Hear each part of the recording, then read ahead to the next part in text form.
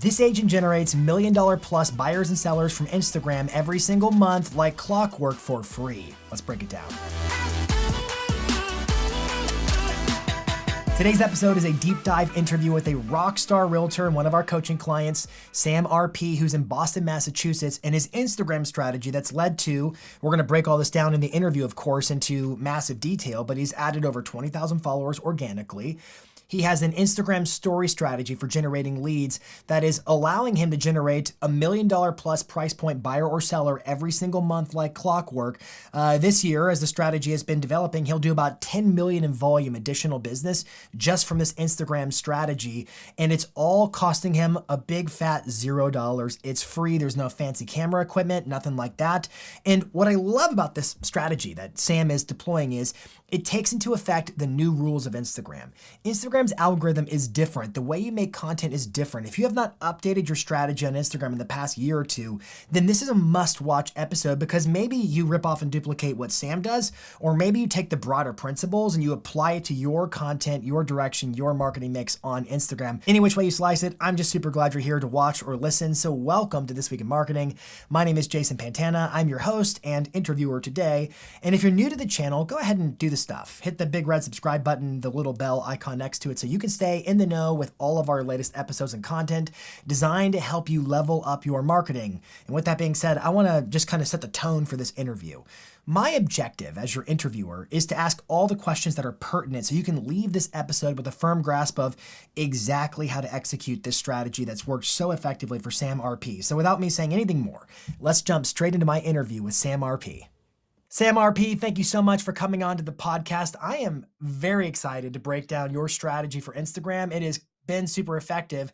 So first and foremost, thank you for coming on the show today. Dude, thank you for having me. I really appreciate it. I've been wanting to chat with you about this for a while. I think it's a good topic and I can dive pretty deep into this. All right. So just for those who are listening and watching, tell us what the strategy is doing for you results-wise, just to get everybody's appetite really stirred. For about 15 months now, I'm averaging a little over one lead a day, and I'm getting one real client that is signing up and committing to me as their realtor a month. And so far this year, I've closed 6. I'll probably do 2 more before the year is over, and I am building up a pretty serious pipeline for next year. And my average sale price for each of these deals is just over $1 million a sale. So we're talking about $8 to $10 million in volume for one lead per day. And some people could look at that and say like, man, how much work are the leads? And I wonder, how do you qualify a lead? So walk me through first this question. How do you define a lead and where are these leads showing up to you?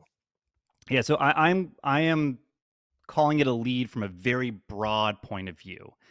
I do what is called hand raisers, which is these polls. That's about half of my leads. And then the other half is just straight, they just DM me. But with those hand raisers, I do a poll.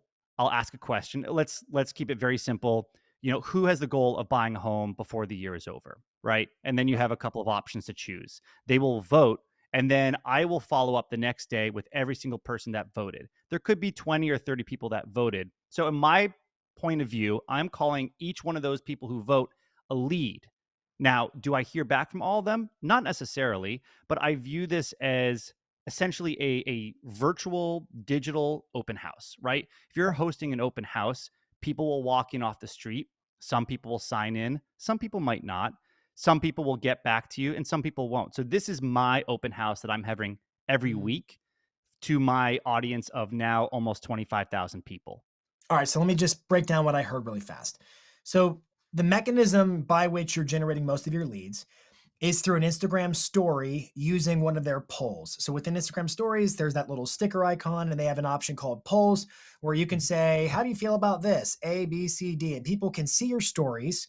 And I think it's worthy of mentioning that traditionally speaking, the people who are most likely to see your stories are existing followers. So you made that mention of 24,000 followers.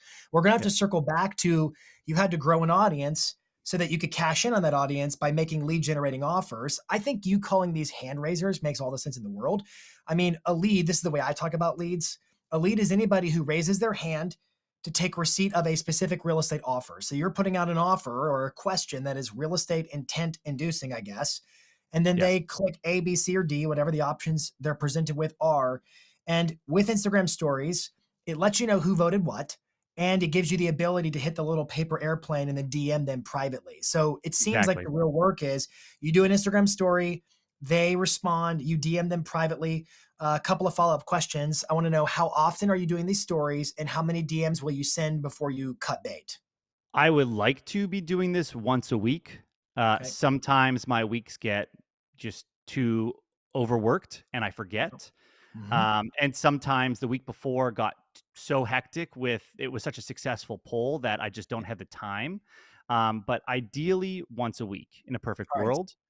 And I would do a follow up 2, 3, maybe 4 times. I'm a little cautious of follow-up in my DMs because I don't want to push it too hard for somebody to report my account as spam. So Okay.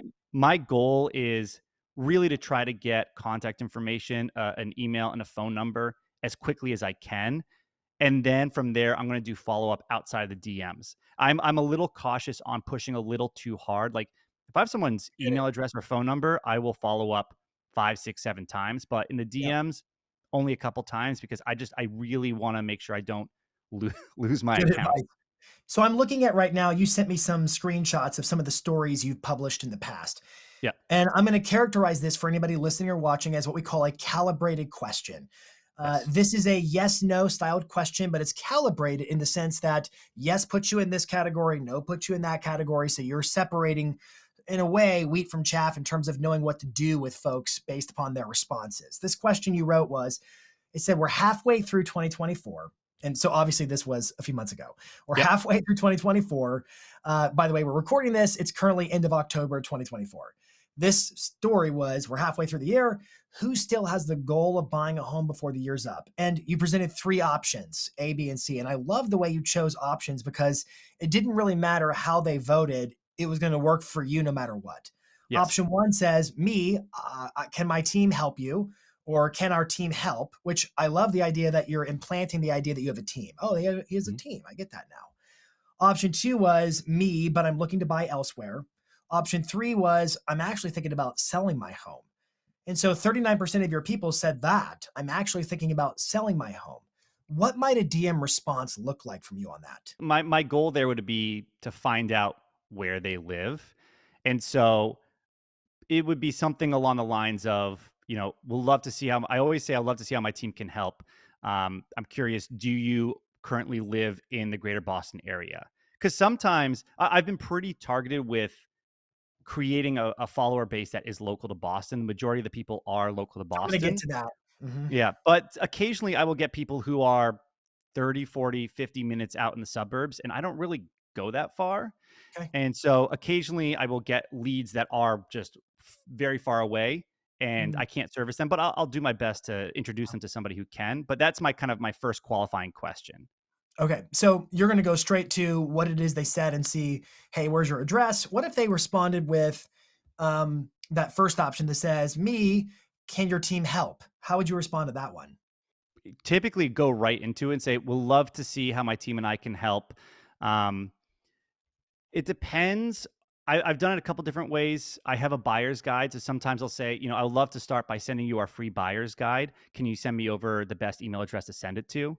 Yeah. Which is a pretty low lift for them. It's pretty Yeah. easy. Sometimes I just go right into it. We'll love to see how we can help. Do you have any time to hop on a quick call in the next day or two? Yeah. So Again, what my, I my really, goal is to get phone number or email address or both. okay. So in terms of me breaking this down or trying to understand your formula, I think it's interesting to note that you're not using any kind of automation here. So this is all being done manually. It doesn't sound like you're using short codes where you always say the same thing to everybody, no matter what they say. It doesn't There's sound like you're using mini chat. This is you responding to DMs. Yeah, I mean, I would love to figure out how to automate this. I haven't figured out a system where I can automate responses to polls. Yeah, Um, well, because they're proactive and outbound. Yeah. right. Um, I do have a and many chat set up, and some people do start conversations. Basically, in my bio, it says DM Boston to start your search or something like yeah, that. yeah, And so yeah. occasionally I will get those as well. Yeah. But in this case, this is requiring, and I'm not thinking it's a bad thing, Yep. but it does sound like if I was coaching here, and I'm not the coach today, it seems like the biggest opportunity for improvement is how do we make sure we use language that gets everybody to respond to you every time? Right now, Yes. your conversion is you're getting basically one a day is a lead. And so the way I think I would interpret that is okay, well, if he's doing one of these stories every single week, how many people are filling out these surveys, these polls on a given story? And what would you say is like a ballpark number? Obviously, some will pop off and some won't do as well as others. It depends upon how juicy of a topic it is, but what's the average response? I would say on average 20. Okay. Okay. So think about that, folks, listening and watching. 20,000, 24,000 followers, growing a big audience, lots of attention. How is he getting the leads out of the attention? He's using the stories feature and he's getting 20 people who. And like I'm looking at more of these. Like this one here says, feeling overwhelmed with the idea of having to sell your current home to buy one next year. That was one of your other stories. Mhm. And then the options were stressed, please help. Not stressed, but can you help? I'm looking to buy my first home. Can you help? Do you also help with rentals too? And so the way you're just organizing and segmenting these leads is really remarkable so that you know how to exactly follow up with them. But what I'm hearing is story every week. You're getting about 20 responses. You're replying to all of them individually. You're not going to like hit them over and over again because you don't want to get reported as spam, which is wise. And you're trying to get them off the platform into first party data ASAP. So emails, phone numbers, calls, Calendly Yeah. links to get consultations through Zoom, whatever it takes to Yes. get these people into action. So one of my themes that I was considering when I was looking at your strategy and I was making my own assessment about what I think you're doing, and I'm here to learn what you're doing, and it's exciting, was okay, Sam really has a great grasp of how to wield attention. Gary Vaynerchuk talks about day trading attention and the attention economy. And everybody's heard the expressions of being an influencer. And we know that the media of the day today is social media. And so Mhm. the real question is how are you garnering influence in your respective business? If you're running a local real estate business, you're trying to get attention. That is, you're trying to have influence. But here's the thing, man. I don't think people know what it means to be an influencer. Because I can think of a Yes. lot of people who have a lot of social media followers or a lot of popularity or attention, but they don't know how to harness the influence into a funnel of business. And the reason Correct. I wanted to talk to you is because you do. You've done a very effective job at not just creating attention, but it's very concentrated, hyper local attention. Like you said, it's mostly people in Boston. And anybody who's trying to build their local business on Instagram is very aware of the fact that Instagram is very unconcerned with who it shows your content to, geographically speaking. We know that algorithmically, the way that it works is it shows your content to people whose interests align with your content. So, in that, my assumption is you must be making content that is so Boston focused that the only people who would care about it must be, is it Bostonians? Is that the right term? Yeah. Yeah. Okay. So talk about what is the content you're doing to get attention? What are you posting that's helping you build your following? So, like, if you're okay with this, I'd like to actually back up and talk Please. to kind of how I got to that point. Yeah. So, because I did, and here's why I'm very comfortable telling everybody my strategy all the time is it took me a year of doing 2 to 3 videos, and it's all about videos, right? I really truly believe video is really all that matters if you're really trying to grow. And I spent an entire year doing 2 to 3 videos a week with Mm, growing from about 1,200 followers to about 1,800 followers and maybe one lead in the course of a year, trying all sorts of different things. And at the same time, towards the end of that year, I was kind of experimenting with getting into YouTube. I don't do YouTube. You can yell at me all you want. I just don't have the bandwidth to handle it at the moment. I But get it. I was doing my first YouTube video, and it was about these developments going on in Boston. It was very different from the stuff I was posting on Instagram. And then I did a short 1 minute version of that. It was highlighting 5 developments that were going to change the Boston skyline. I Mm, posted that to Instagram. The hook was Boston is changing. Here are 5 developments in the works right now that will forever change the Boston skyline. Now, wow. up until that video, I was doing a lot of videos talking about the, I was educating. I was talking Yeah. about the home buying and selling process. Mm, And none of those videos ever really did much. I would talk about the neighborhood as well a little bit, but it was mostly kind of talking about the buying and selling process. When the development video took off, I got, I think, 3 or 4,000 followers in a yeah. span of 2 weeks, and Yeah. I started to get a lot of inbound leads. And then I was like, Mhm. "Oh, let me try another one that's similar to that." Took off again. I'm gonna use an analogy that I like to use, which is imagine you are a car salesman. Now, we buy cars kind of on the same cadence that we buy homes, at least here in the city. You get a new car every, let's call it 4 to 7 years. Okay. And I don't know anything about cars. And imagine there's 2 people who sell cars, and they both have an Instagram profile. Now, person number one, their profile is videos that is talking about, the perfect air in the tire to get the best miles per gallon on the highway. Yeah. The right windshield wipers for your car. Basically, they're going through everything that's under the hood. And Right. then on the other side, you have person number two who is talking about cars in the form of, here are the 5 safest vehicles to buy today if you're a Mhm. family. Here are my 3 favorite electric vehicles on the market today. And they're going down in that form. I realized that I spent an entire year being the person talking about what's under the hood, and it was way too detailed, way too in the weeds, very specific. And for somebody who does not know anything about cars but will buy a car, still doesn't resonate with me. Versus person number 2 who was being a little bit more generic. That was who I turned into when I started talking about Boston is changing. Here are Yeah. 5 developments in the works. I wouldn't use that word generic at all. I would say you were putting the consumer in terms of, well, what are their thoughts? What are their Yep. concerns? What do they want to know about at Yep. first? Versus, I do think it's very easy to get into a world of making content that makes you happy. I'm posting the Yes. content that I care about because I'm a geek on this particular subject versus what do my customers need to know to make Yes. informed decisions. Anyways, I didn't mean to interrupt you. Continue. But yeah, so all of a sudden, I started to get people reaching out. I realized that I went from hitting almost nobody to, we're a city of what, 700,000 people plus Okay. all the surrounding cities and anyone who's lived in Boston and doesn't at the moment. All of a sudden, this content is being shared everywhere for anyone who understands Boston and knows Boston. Mhm. Now, that created a new problem because then all of a sudden I started to get leads that were kind of all over the map as far as what they were looking for Ah, and price point. Now, I am trying to focus in the $1 million to $2 million price point.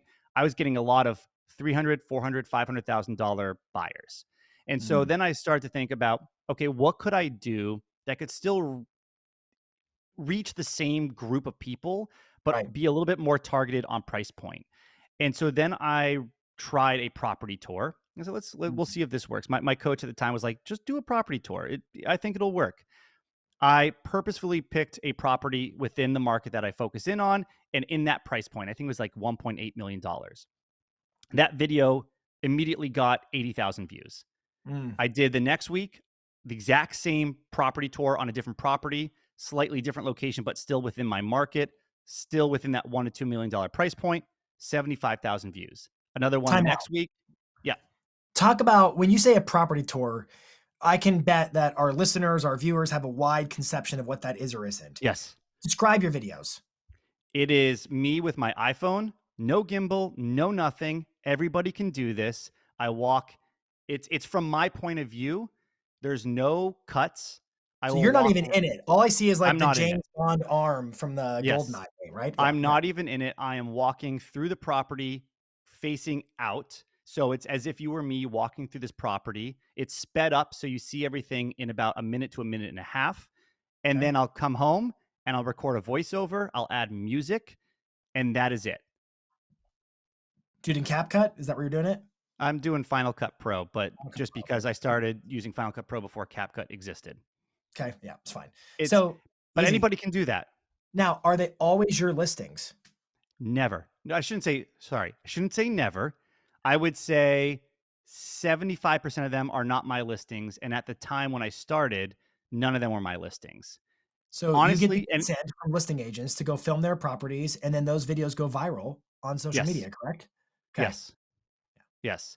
And to be honest, all the videos that you see that are kind of below the $900,000 price point are my listings. Because now I am pitching this to sellers, so I have to do the same type of property tour. So I'm Mhm. going to post a $700,000 studio tomorrow to my Instagram, which I typically wouldn't, but it's Yeah. my own listing. Yeah. Yeah. But nonetheless, there is a principle. We teach this a lot. You get what your content attracts. Yeah. Now, is that one for one? No. But over time and in general, you tend to attract whoever is aligned with your content, because we know algorithmically speaking, the way Instagram works is it's going to show your content to people whose interests align with it. And Yes. so it seems like you're very clear to talk about Boston, make it all about Boston. Everything's Boston. I Hmm. love they call it a hyperlapse where it's sped up. I think that's really engaging because it Yes. helps keep people's focus when they're otherwise tempted to keep on scrolling. I like the music. I like the voiceover. I like the simulation of the property preview. So I've talked about Roland Osage before, who does something similar out on the other side of the country, where he does property previews. Only his is much different because they're way longer form than yours. Yours are super short. They move fast. He literally walks through properties as if he's showing you like a buyer. In Yeah. both cases, you're both getting a crazy amount of people who see value in that. And it's almost as if you're simulating the experience of having hired you to be my agent.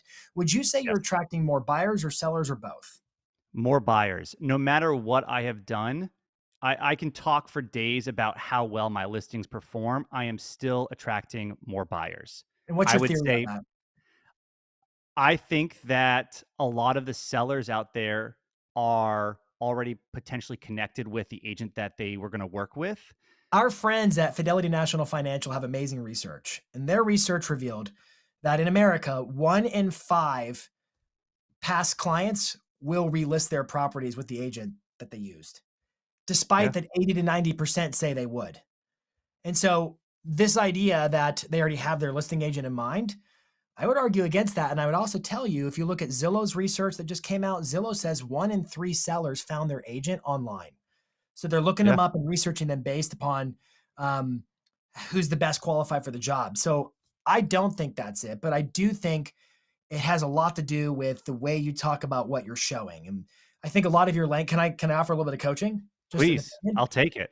A lot of your language in these videos is here's what you can get under this price point, and it's through the lens of here's what who's you, the buyer, can Mhm. get out of this opportunity versus thinking about how to speak to a seller more directly. Does that make sense? Yes. And so, honestly, like one of our coaching clients, Kim Pozek, guy's king of YouTube in real estate. His strategy has typically also gotten more buyers. And so we have tweaked it. And what's being done differently about it now is he's integrating he's doing a neighborhood tour. Hey, we're at one of my brand new listings, 123 Banana Street. Let's go take a peek at it. He weaves his own listings into his videos. And guess what he gets? More listings because sellers Yeah. see him in action. I think one of the principles of social media is buyers and sellers are looking to see you in action, demonstrating what you do for them, and it Yes. naturally attracts them in that way. Nonetheless, let's zoom out at the strategy. So I want to go back to the fact that you're effectively only posting these types of sped up property tours. I can't see your face. I hear the voiceover like you described. And they can Yes. look them up and watch them. Just Sam RP on Instagram. You're very easy to find on Instagram. There's another kind of post I see you sharing, which is the carousel post. And it's typically a just sold or it's a coming soon. Well, whatever the rules are. It's a just sold or a new listing or a social proof piece about one of your listings. Yeah. Other than that, I really don't see anything else. It's Yeah. it's niched down. Everything else is in my stories, right? So my stories are where I am kind of living, just showing my Personable. personal life. Yeah. Um, I also I kind of I use Instagram the way that I personally use Instagram, which is I don't really scroll the feed as much anymore. And so I've stopped producing stuff for the feed outside of my videos because for me the videos are for reach and growth, and then the stories are where I'm going to kind of bring you in, right? Because You're spot I'm on. right now I'm growing about 1,500 ish followers a month, and so I'm reaching a lot of people, and they're following me. And then the stories is where I could post the same story every day and reach new people every single time. So if you think about the way algorithmically Instagram works, you're posting reels and carousels, which Mazzari just told us reels and carousel are the ultimate formats for generating the most reach, which implies the idea that the people you are reaching are probably non-followers. You can Yeah. look at your own insights and likely see that your reels, your carousels are presumably reaching more non-followers than followers. And so the way you have to look at them as these are the these are the bring people in content. These are the Yes. greeters at the door. They're ushering you into the account. Whereas Yes. your stories are the insider. And if you look at the way the Instagram stories feed is tuned, algorithmically speaking, you mostly see content from accounts you follow.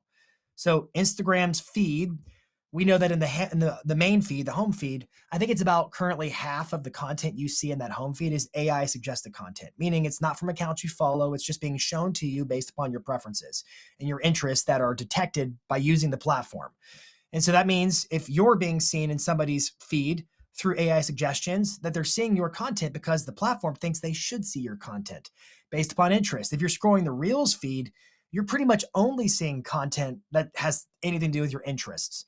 And we also know that carousels can now show up in the Reels feed once again. So I think your strategy is pretty beautiful. The Yeah. Reels of the property tours and the carousels bring people in. The stories invite them closer, more intimate, and you're also using those stories once a week to make that strong calibrated ask to lead generate. And then you follow up in the Yes. DMs. It's just a very clean strategy of generating business. What Yes. else would you say or share that might be meaningful for somebody who's looking to rip off and duplicate? I mean, I do think so going back to the videos, I think the targeted price points is really important.